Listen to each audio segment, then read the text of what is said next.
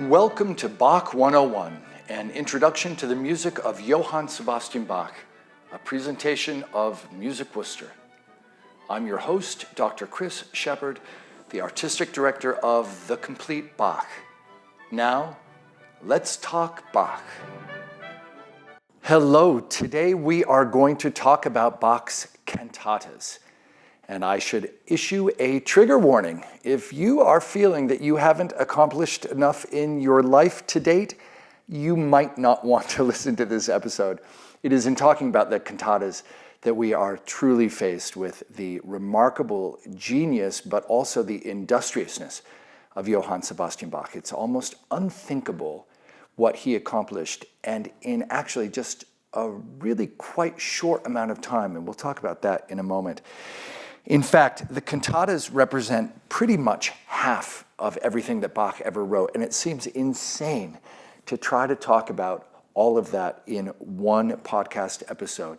But that's the point of Bach 101, isn't it? That we're going to touch on everything rather quickly, and then we have 11 years to look at things in much greater detail. And in fact, before we talk about what those cantatas are and what they're made up of in greater detail, let's just give a really quick definition. Cantatas are about 20 to 30 minutes long. They are made up of several movements, combination of movements for chorus or for soloists or a group of soloists, duets in particular. There are two major kinds of cantatas. There are the sacred, which means for the church cantatas, and the secular or non-church cantatas. We're going to talk about the church cantatas in a second because there's very specific context for that. The secular ones, and there are fewer extant secular cantatas than sacred cantatas. The secular cantatas were pretty much written on demand. For example, the Elector of Saxony, who was the local nobleman in Dresden, would be coming to Leipzig, so Bach would have to write a cantata to celebrate his name day or his birthday or peace treaty, something like that. Those secular cantatas, which are often quite festive, would often be performed outside in front of the Rathaus, the town hall. And that square, that building is still there, and there's still a very large square there. I've been to Leipzig several times. It's where they hold the Weihnachtsmarkt, the Christmas market. In the summer, you'll see them setting up for all sorts of things. It was really the center of town life. So those secular cantatas had a very different feel. The church cantatas, as you will hear in a moment, very specific context within the church year in Leipzig. And as we discussed in the first couple episodes, also in Weimar. It was in Weimar that Bach wrote a handful of cantatas as well. But we associate the church cantatas particularly with those last 27 years of Bach's life from 1723 to 1750 in Leipzig. So sacred versus secular for cantatas, but there's also a distinction, choral cantata versus solo cantata. And that's pretty much as it sounds, though with a slight twist. A choral cantata will feature the choir in a movement of its own that is not just a hymn. We talked about the chorale, which is the word choral with an E on the end, and that is the word that the Lutherans use to mean a hymn. Well, so many of these cantatas, these church cantatas, finish with a chorale. Usually one, possibly two verses of a hymn that would have been known to the congregation. And here's that twist, is that even with a solo cantata, the choir would come in at the end and sing a chorale. So when we say a choral cantata, it means, yes, there's a chorale, but there is a freestanding movement for the choir as well. And again, I always like to put these things in terms of how we are presenting them with the complete Bach, is that there are 6 concerts out of the 12 each year that are devoted to the cantatas. And the way that we will do them is principally we'll do 3 cantatas per concert. 6 out of the 12, one half of the concerts each year, are cantatas, And of those 6 concerts, just to show you the proportion, 4 of them are choral cantatas and 2 concerts are for solo cantatas. So there are twice as many cantatas for choir. Now, before we break down a particular cantata so that you can see what goes into them, can we put cantatas in a larger perspective so that you understand where they fit in Bach's life and in the life of the church in Leipzig? Because these cantatas were quite literally at the center of the Sunday morning service. And by understanding this, you get a better understanding of this monumental output of Bach, but also that word that I keep returning to, and it's the raison d'etre of doing the complete Bach in the first place, is Bach's encyclopedic output, because one portion of these cantatas, as you will hear in a moment, are particularly reflective of that encyclopedic tendency that we keep talking about. And then, as I say, we'll talk about the various movements that are found in a cantata, and then finally break one down in some detail, listening to excerpts from a single cantata. First, let's ask this question. What was it like to go to Bach's church? What were those Sunday services like? I should say first, what do we even mean by Bach's church? When he lived in Leipzig, he was the overseer, the music director of 4 churches. And let's talk about the 2 principal churches, St. Thomas Church and St. Nicholas Church. And as I mentioned before, each of these churches was very jealous of its position in the town. St. Thomas was the larger one, but St. Nicholas was the older one. And so in his role as cantor, which is what the Lutherans still, in fact, call the music director of a church, he was much more involved at St. Thomas Church. And it was attached to St. Thomas Church that we find St. Thomas School. And it was there that he had the singers, the boys that he taught at that school of all ages, the singers of the cantata, and many times the players as well. Now, he did oversee the music at St. Nicholas. He had somebody who would direct the music there. I should make the point that the 2 choirs would combine for the performances of the Passion settings at Easter, on Good Friday to be specific. And this is why you could get St. Matthew Passion, a setting for 2 orchestras and 2 choirs, because that was combining the resources. So you might be a little dismayed, first of all, to hear that the Sunday morning service, and by the way, there were 2 main services in each church. There was the morning service, and then there was Vespers, which was a little bit shorter. But the morning service was 3 to 4 hours long, which I think for us is kind of unimaginable. And let me just run down what was in that service. There are a few surprises, I believe. It begins, much like if you go to church now, it would begin with an organ prelude, and that gives us some sense of why Bach composed so many organ chorale preludes over the years, and preludes and fugues. And then there would be a hymn, a chorale, and then a choral introit, which was often, believe it or not, in Latin and music from the Renaissance. For example, there was a collection of books, the Florilegium Portense, that the St. Thomas Choir owned, and in that collection were many 15th and 16th and 17th century settings of motets, for example. Think about Palestrina. Bach knew the music of Palestrina, so they would perform some of that. And speaking of Latin, at least in Leipzig, it was traditional to sing the Kyrie in Greek and the Gloria in Latin. And that also answers, if you happen to know, that Bach wrote 4 settings of what are called Missa Brevis, a short mass, which is just the Kyrie and the Gloria. That is why a Lutheran composer like Bach would have written those short masses. And then would come the reading of the epistle, which are like the letter of Paul to the Corinthians, for example. And then we get to the presentation of that 20, 25, 30-minute cantata by Bach. sung by the choir, with soloists and orchestra.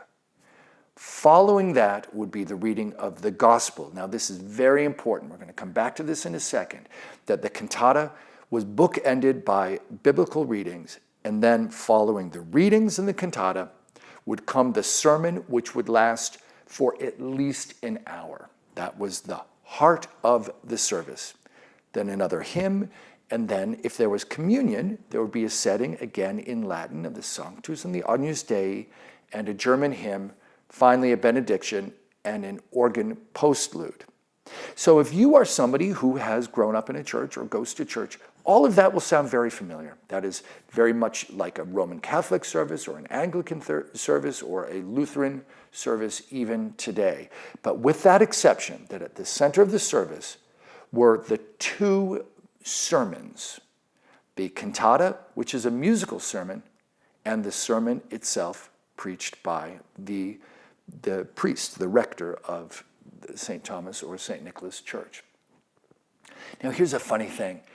So let's call it a 3-hour service. You think, what was it like for the people? Well, there is a great deal of evidence to suggest that church was actually more social, that there might have been a little bit of talking during the service, not during the sermon. The sermon itself was always the centerpiece. And in fact, people were often late. There are letters of the clergy of the period complaining about how people would come late to the service. But that was because they definitely wanted to make the sermon and everything else felt a little bit more optional. And that meant, if you think about it, that people might miss Bach's cantata. And there are certainly suggestions that people would walk in during the cantata. So this is a little bit unthinkable to us, especially those of us like me who love Bach and particularly love the cantatas, that there is no real sense that Bach's cantatas made all that much of a splash during his own lifetime, that they were just simply part of the service. People took them or left them, but it was really the sermon, the spoken sermon, that was so important. Now, speaking of that cantata as a musical sermon, they would actually print the libretto of the cantata every Sunday. Now, first you need to keep in mind that Leipzig was actually a center of publishing in that part of Germany in Bach's lifetime. So in a way, that's not all that surprising. Also, this was a much more educated population than in many other parts of Europe, not least because the schools and the university in Leipzig were really absolutely outstanding, and it was a center of the teaching of theology. So you can imagine that people in Leipzig were much more involved in all of that. So that libretto was printed and either distributed Sunday morning or occasionally distributed on Friday or Saturday, so that even if people didn't listen to the cantata or make it there in time, they would engage with the texts for that cantata. Now, what were ways in which Bach, as a composer, would really reinforce that idea of the cantata as a musical sermon? Well, he would base his choice of soloist, for example, on the text. So it might be a song about simple joy, so he would use a soprano, a treble voice to mean that. He would often use a tenor for the thornier, harsher texts. If there was a text about nobility, it would be a bass, that sort of thing. Often you find texts that are about love, God's love for his people, or for example, Mary's love for the infant Jesus. He would use an alto voice for that. He would also base his choice of instrumentation on the text in order to expand upon and reflect upon the text of the libretto as a musical sermon. And we'll talk all the way through the complete Bach over the next 11 years about these sorts of things. This is the way that Bach encodes the message of the libretto itself into the music. So for example, if you think about in the St. John Passion very early on, when it talks about, ich folge dir gleichfalls, I will follow you the way that Peter followed, he sort of almost cheekily seems to refer to the Pied Piper of Hamelin by using flutes in that lovely aria to suggest the following. Whenever he wants to suggest kingship or nobility, he will use trumpets. Whenever there is a feature of annunciation, like Gabriel's trumpet, he will use a horn. So all of those things make up the equivalent of the Da Vinci Code, the Bach code. And it's for us to understand how he came to those decisions. I should also say that Bach used a great deal of variety, particularly in his choice of instrumentation in his cantatas. I particularly love the music of Buxtehude, for example, who is the generation before Bach, and Bach really admired and emulated Buxtehude's music. But in similar compositions by Buxtehude, if he uses, say, a string consort, he will use that instrumentation throughout the whole piece. But with Bach, he wanted to exemplify the whole range of what was available to him. This was particularly true in Weimar. And if you think back to those first couple of episodes in the podcast, we talked about how when Bach worked in the court in Weimar, he had particularly outstanding musicians available to him. So in the 24 or so cantatas that come from his time in Weimar, you will see a great deal of variety in the different movements. And it really makes for some spectacular and very expressive and very theologically complex references. So we've talked a little bit about how each Sunday worked, but what about the full year? What was the way that the Lutheran calendar worked such that Bach would have to write specific kinds of music for specific Sundays? I should begin by saying that the lectionary, the cycle of readings from the Bible that was featured in the Lutheran Church in that era was an annual cycle. So you would begin at the beginning of the liturgical year in Advent, and there would be a cycle of Bible excerpts that you would go from Sunday to Sunday, and then on the first Sunday of Advent the next year, that would begin all over again. And these readings were in conjunction with the church seasons themselves. So let's run really quickly through that. Some of this you might know about if you are a particularly church-going kind of person. For others, this might just be a quick little primer about how it worked.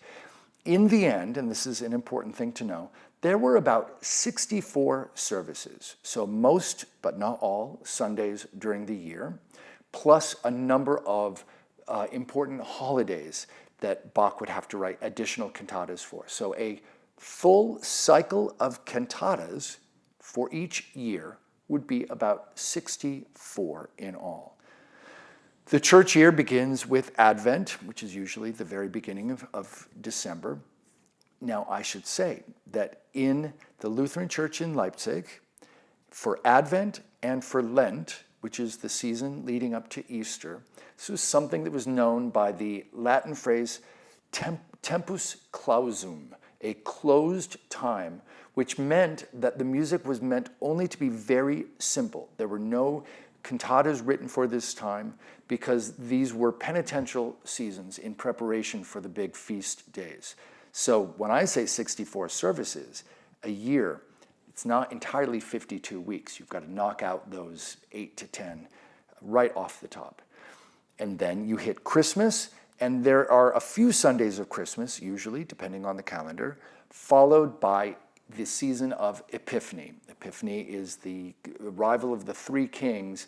It is a season that is typified by the concept of light, by the coming of the star, for example. And that season of Epiphany, which is maybe six or seven Sundays, will lead to Lent. And remember, there are no cantatas. Quick side note, that was part of how Bach was able to write and rehearse his big Passion settings for Good Friday because he didn't have the weekly grind of the cantatas to worry about. And then you hit the most important holiday of the year, the Feast of Easter, and then the Sundays, the 50 days that follow Easter, leading to Pentecost, which is the coming of the Holy Spirit, and then Trinity Sunday. So that whole time is about half the church year, from the beginning of December until sometime usually early to mid-June. And then following that is a whole season of Trinity. So there's Trinity Sunday, but then the whole season of Trinity, which is about 6 months leading up until Advent again.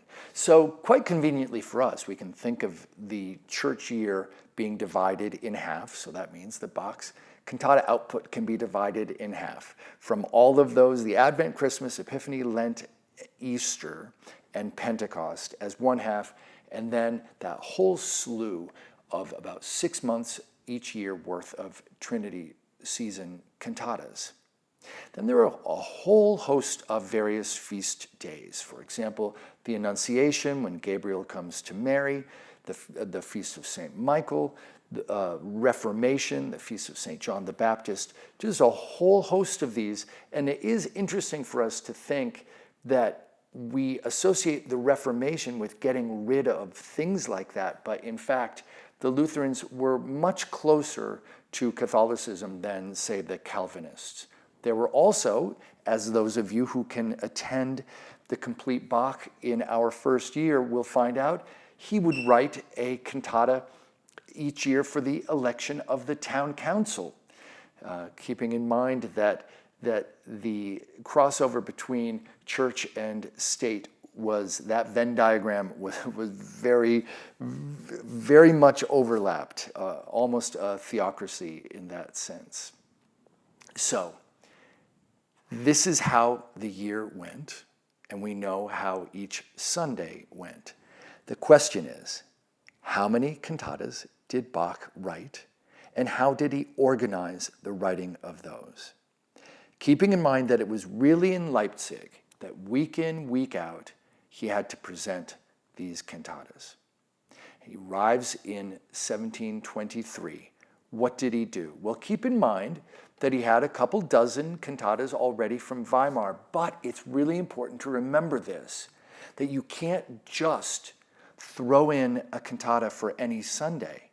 I walked you through that year, that church calendar, so that you would understand that the readings are specific to those Sundays, which means that the musical sermon, which is based on those readings, also has to be specific. So yes, he showed up with a trunk full of cantatas, but he couldn't just begin by doing those. No, he, more often than not, would have to write a new cantata each Sunday. Now, I should say that Bach did perform cantatas and other music by other composers, particularly leaning on the great wealth of music written by his own Bach relatives. And especially later in Leipzig, when he became increasingly disenchanted with his work there, he wrote less and would present the cantatas of other composers more often. But you definitely get the sense that, especially in year one and in year two of his time in Leipzig, Bach was really committed to that encyclopedic idea of producing a cantata for every Sunday in the church year, so that he would be able to end up with a repertoire that he could keep recycling, as it were, once he had enough, because you wouldn't want to repeat just one cycle of music. I think you would probably be accused of being a little bit lazy if you did that. So he wanted to have a few years of cantatas for each Sunday in the year under his belt. The question is, how far did he get in reaching that goal? It is said that Bach may have written as many as 300 cantatas. So that would be 5 full cycles. Now, I'm going to talk at the end of this episode about what happened to his manuscripts when he died, because it makes it very difficult to know what is true and what is not true, because so many probably were lost. We certainly know that many were lost, but there's a difficult little line in the obituary that C.P.E. Bach wrote for his father that we really do not know exactly what he means by this. C.P.E. Bach said that his father wrote 5 complete annual cycles, and I've said there are 62 per cycle, 5 complete, so 300 cantatas. But unfortunately, only 200 of those survive. And further, there isn't really a great deal of evidence to suggest that Bach really did write 5 full cycles. So let's think in terms only of 3 cycles. And I can summarize them very quickly this way. For the first cycle, and I'm going to share with you a really important word because you might come across it over the next 11 years. The word for year in German is Jahr, J-A-H-R, Jahr. And if you add the word Gang, G-A-N-G, Jahrgang means in German the annual edition, like the output of a magazine, for example, could be called a Jahrgang. I love the fact that Jahrgang also means vintage, as in wine. So each vintage of Bach cantatas. So the Jahrgang, plural is Jahrgänge. Each of these Jahrgangs has a specific output model. Jahrgang 1 includes many of those pre-written cantatas from Weimar. So, remember there are about a couple dozen that he arrived with, plus the ones that he wrote as he got to Leipzig.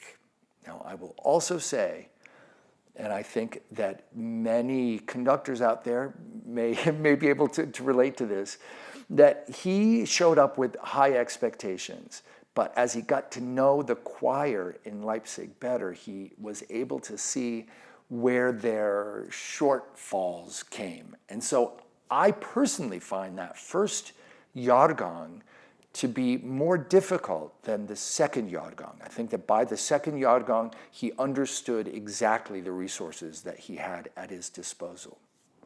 Now, the second Jahrgang, for the purposes of the encyclopedic Bach, is hugely important. Because as the cantatas go, this was the most purely encyclopedic for the following reason. At the beginning of this cycle, he set out and accomplished to write a cantata for each of those 62 required days, Sundays and holidays, that would use as its basis a Lutheran chorale. Remembering that those chorales, those hymns, are so much at the center of Lutheran worship.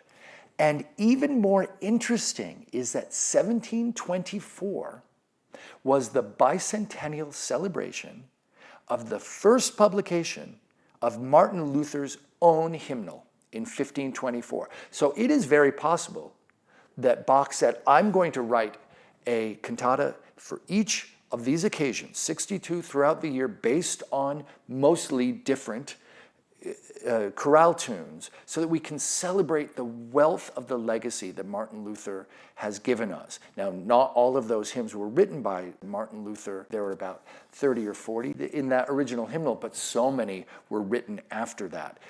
Not by Bach. Not by Bach. Bach used pre-existing chorale tunes. So that cycle is really important to Bach's output. And when I talk about one cantata later, it will be one that fits that model.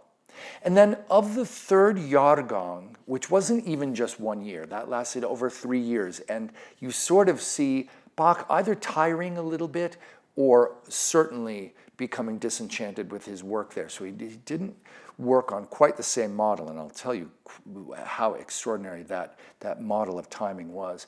Only about 35 so a half of a full Jahrgang exist from that cycle. And frankly, from Jahrgänge 4 and 5, almost nothing exists. We have some tantalizing suggestions. We know that he collaborated with a librettist called Picander, who also wrote the libretto for the St. Matthew Passion. But really, when you talk about the cantatas, you can only speak with any kind of confidence about the first 3 Jahrgang cycles. So how crazy was Bach in terms of his work ethic and his workload? Well, this is where you really get a sense of what a workhorse he was. Because imagine this. He set the task for himself to write a fresh cantata every week, while still having to teach at the school, rehearse the boys and the town fifer, the Stadtpfeifer, the town players in the orchestra, anybody from the university who was also playing and singing with him. He still had to do all of that. So we can reconstruct his schedule a little bit by thinking that after the services on Sunday, which would finish in the evening, because there was the morning service and the Vespers in the evening, he would choose the text, or he probably had that libretto already. He would be looking at many from a collection of libretti at once. And he would probably start sketching out the broad ideas, like what soloist would sing which movement, maybe choose some musical motives on that first Monday. And then on Tuesday and Wednesday, he would compose, this is insane, he would compose this 20 to 30 minute work. And at the same time, he would need to have it copied. Now, it helped a little bit that you didn't work in a notebook on music in those days. In fact, they had to line out the scores themselves. There wasn't printed music paper that we have now. But it also meant that he would work on one page at a time. So you could imagine him handing it over to Anna Magdalena, who would do some copying. His sons did some copying. The apprentices that lived in his house would do some copying. But all of that had to happen throughout the week. And imagine, if you will, how many mistakes must have been in that. And so all of that would have to be corrected. And then from Thursday on, right through the day on Saturday, he would be rehearsing the cantata. And of course, the cantata would happen both at St. Thomas Church and at St. Nicholas Church. So all of that had to be provided for both. We think, by the way, that he would have led rehearsals and the performance during the service from the keyboard. It's a little bit unsure exactly how this would happen. There's debate about how much organ was used, how much harpsichord was used, but we shouldn't be thinking of Bach so much as a conductor the way that we have conductors now. So just take one moment and think about the craziness of that rod that he made for his own back in terms of producing such a wealth of cantatas in such a short time. I should say parenthetically that this was an age of very prolific composition. And composers like Telemann or Graupner, who was actually Christoph Graupner, who was offered the job in Leipzig ahead of Bach, they produced hundreds more even than Bach.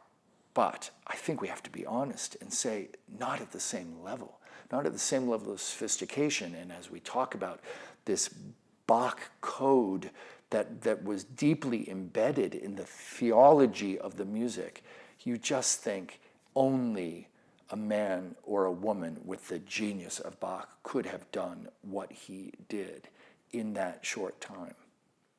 Now, we are going to talk more specifically about what goes into a cantata. I'm going to do that in the next episode.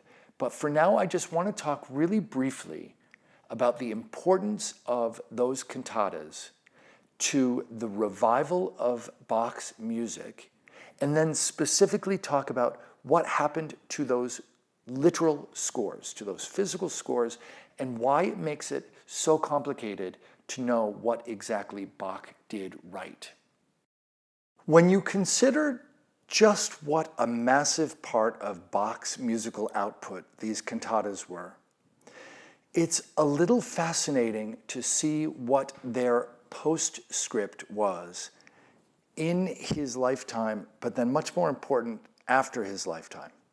Within his lifetime, what happened to these works? Well, they were just simply, as I said, recycled. He did write some new cantatas over the years after those first, say, 5 years in Leipzig, but for the most part, he just would use the cantatas that he had already written for any given Sunday. And that was, after all, the whole purpose of writing them, not so that he would be writing new cantatas all the time, but so that he would have a repertoire, a library to return to.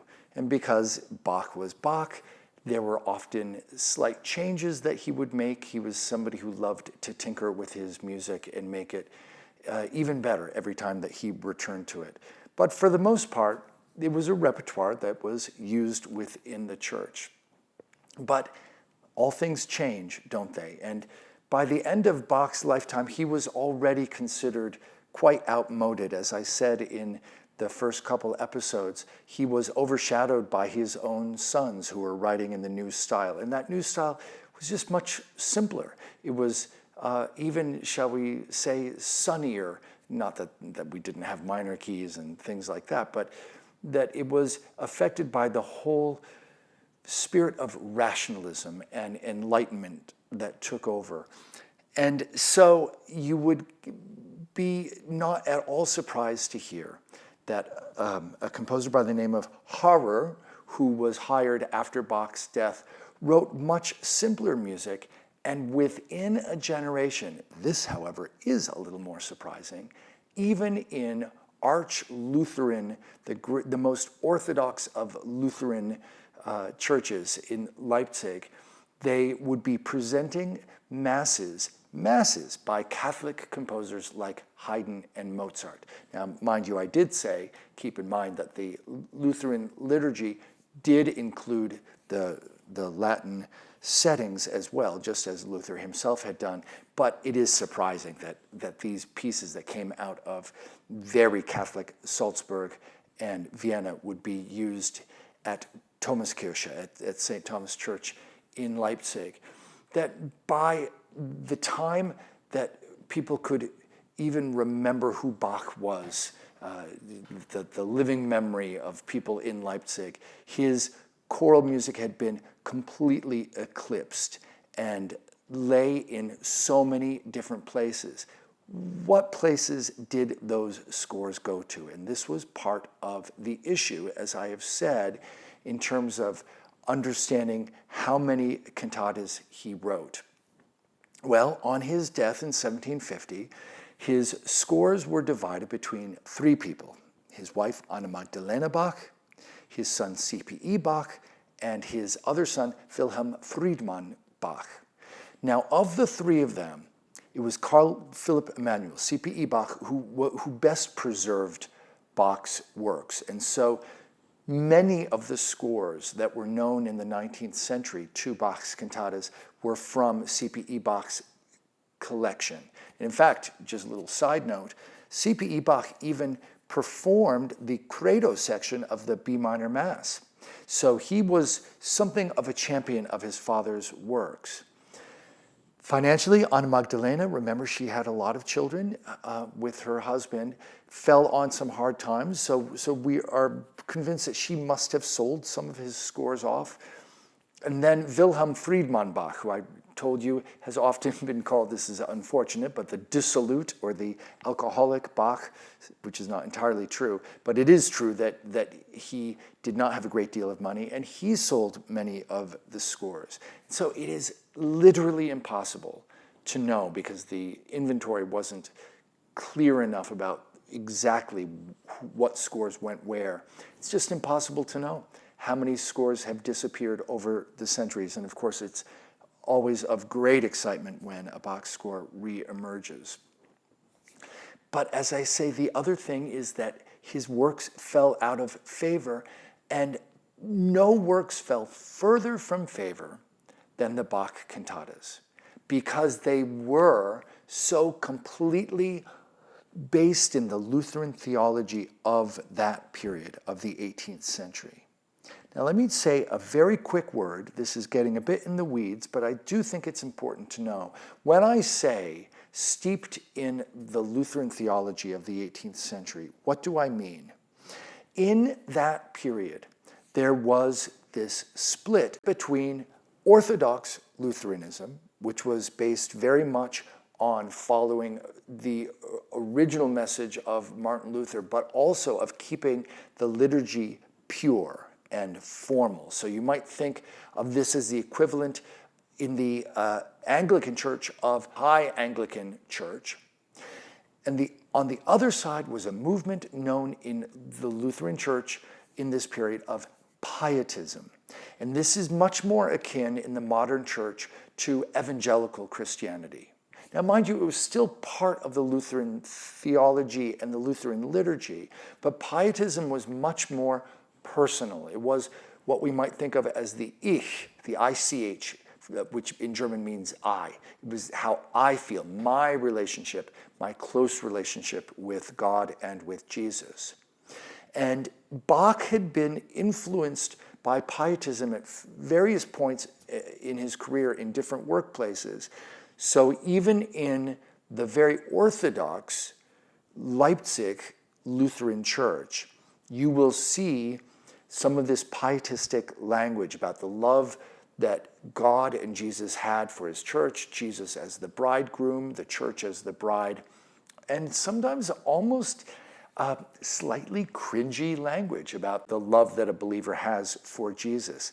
And as those movements shifted and changed over the years, it made the cantatas even less accessible. So the cantatas really fell out of the repertoire. And when Bach was rediscovered, as we'll talk about in a much later podcast episode, it was the keyboard music first that re-emerged. Fast forward a couple hundred years, in two very important recording projects, one by Nicholas Harnoncourt and Gustav Leonhardt, and the other by Helmut Rilling. And these were two projects to record all of Bach's cantatas. And the projects didn't start until the 1960s. That's how long it took for people to want to get these pieces out there in front of the public. And they lasted, both of them, they took a couple decades to finish. Leonhardt and Harnoncourt, they recorded their cantatas using period instruments and men and boys choirs, and Helmut Rilling, a German conductor, used modern instruments and mixed voices. And this really opened the floodgates, because after that, virtually all of the major Bach conductors from the 1980s and 90s and early 2000s started their own series. So Suzuki in Japan, Koopman in the Netherlands, Herwege in Belgium, and John Eliot Gardner in England, who recorded the complete Bach cantata cycle in the year 2000, which he did on a pilgrimage to many of the churches where Bach had worked before. And I would recommend to you one of our Chat JSB conversations with Ian Watson, who was the continual player for many of those performances. It was a really exciting project that happened. And because of that, and also because of projects like our own partner, Emmanuel Music, Emmanuel Church in Boston, which began presenting a cantata a week in the early 1970s and have now gone through the cycle several times, or the Lutheran Church of the Holy Trinity in New York City, which did the same thing in the same sort of time period. My own choir, the Sydney Bach Choir and Orchestra, presented all the choral cantatas over a period, and there have since been several of these projects around the world to assay all of Bach's cantatas. And because of that, these works are no longer sidelined the way that they were for really centuries after Bach's death. And they are once again at the center of Bach's repertoire. And we really do believe, those of us who have had the great pleasure of performing a large number of these works, that it is through the prism of the cantatas that you begin to understand Bach's musical and theological language. So that when you see something like how he depicts the cross in a cantata, and in the cantata it would be very clear because it'd be talking about the cross, but then once you see how he depicts the cross musically, then you can see that even in one of the preludes and fugues from the Well-Tempered Clavier. And so this journey through the cantatas over the last half century has been accompanied by a journey through musical language of Bach that helps us to understand that truly he saw himself as a writer of sacred music, whether or not there was a sacred text attached to the pieces. So that is an extremely quick overview of the cantatas, what they were, what their position was in the everyday life of the church in Leipzig and for Bach. In the next episode, we're going to talk about what the music itself entailed, what the cantatas contained, and then to look at one cantata in particular so that we can begin to see how to listen to Bach's cantatas, because all of us in Worcester are going to be hearing so many of these, as we say, nearly 200 of them, over the next 11 years. So it's good to have a way in. So thank you for this episode, and as always, I look forward to having you here for the next one, when we will again talk Bach.